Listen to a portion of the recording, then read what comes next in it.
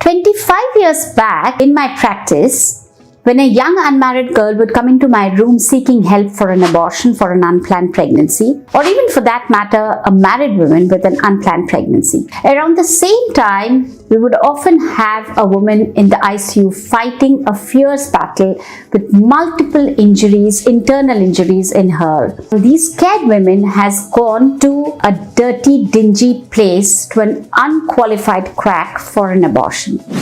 In the last decade, women coming ahead seeking help for an abortion are far more confident and are far more fearless. And we definitely do not see those frightful outcomes in our ICUs anymore in our practice. How has this change happened? 1. Abortion is legal since 1971. It's considered to be a woman's right. But today, the woman knows about her rights, and today the woman knows about the legality of the procedure. While having a pregnancy out of wedlock is still a taboo in our society, yet the awareness, the availability, and the ease of an abortion procedure has definitely improved than what it was before. 2. The communication between the parents and the daughter has opened up, so a girl can actually have their parents in confidence. 3. The process of abortion has become discreet and can definitely be carried out keeping the confidentiality and the privacy of the young woman respectfully intact. Today, I, Dr. Sudeshna Ray, would answer some FAQs on abortion.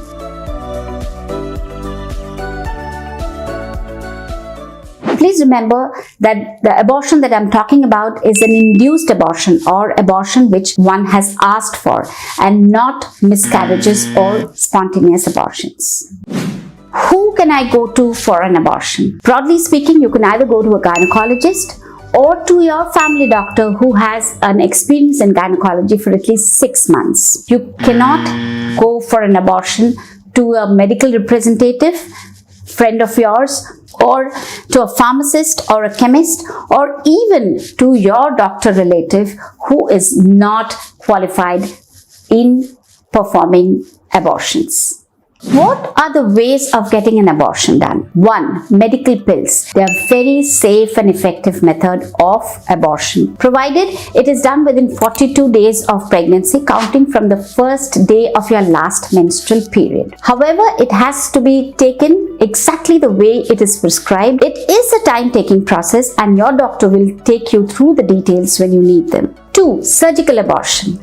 So this is a short one-time procedure, but it does involve a hospitalization, it involves anesthesia, it involves antibiotics, and it also involves insertion of instruments into the virgin womb. And then the womb is cleaned under strict sterile conditions. 3.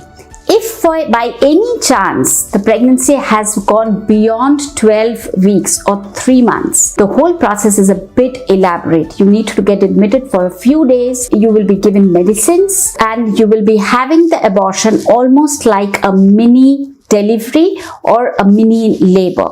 Can I alone give consent for an abortion procedure? Yes, if you are above 18 years of age. If you're below 18 years of age, a parental consent or a consent from a legal guardian is a must. And by law, we are compelled, we are forced to report every pregnancy under 18 to the police. This is a national law and we have to abide by it. Is abortion safe? Yes, absolutely, provided it is done at the right place, with the right person, and within the right time. Is the process of abortion painful?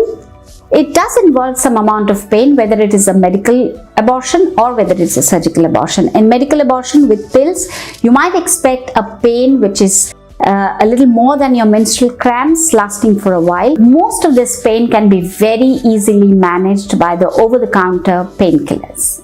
Can I expect any other side effect of the pill? Yes. You can have diarrhea, you can have nausea, you can have vomiting. Also, the bleeding in the first few hours can be scaringly heavy, but one should not take any medications to stop the bleeding or to reduce the bleeding.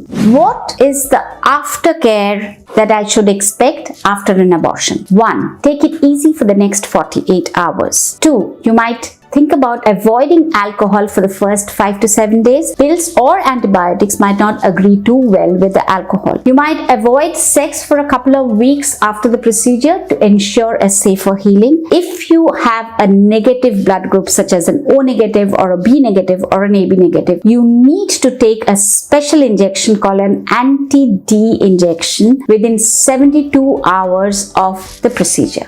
Can I get pregnant if I abort my first pregnancy? The answer is absolutely yes. And one abortion done carefully, safely and legally should not affect your future fertility. Multiple abortions, however, can have some effect on the fertility.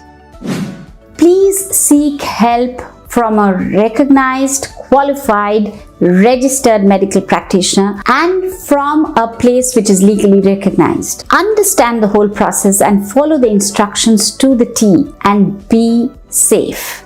Thank you.